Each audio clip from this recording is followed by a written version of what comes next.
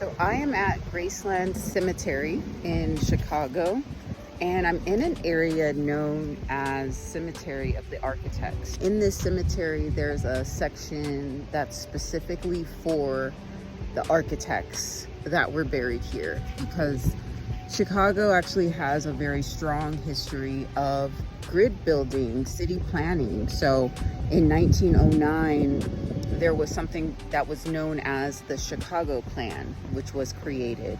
This was actually a blueprint for many cities to come. And if you look at the research and the history of Chicago, that there's a huge amount of inventions and innovation and art pieces. Some of the biggest thinkers in what's known as US society, they spent time in Chicago, either being born or raised or at some pivotal point in their career moving to Chicago.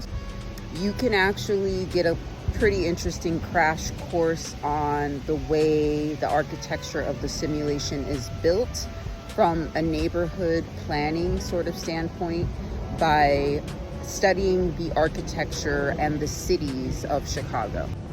Now, I wanted to highlight something that I noticed. So this is the grave site of the Burnham family.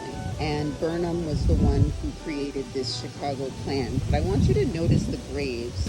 They are slabs of rock, unfinished, unpolished.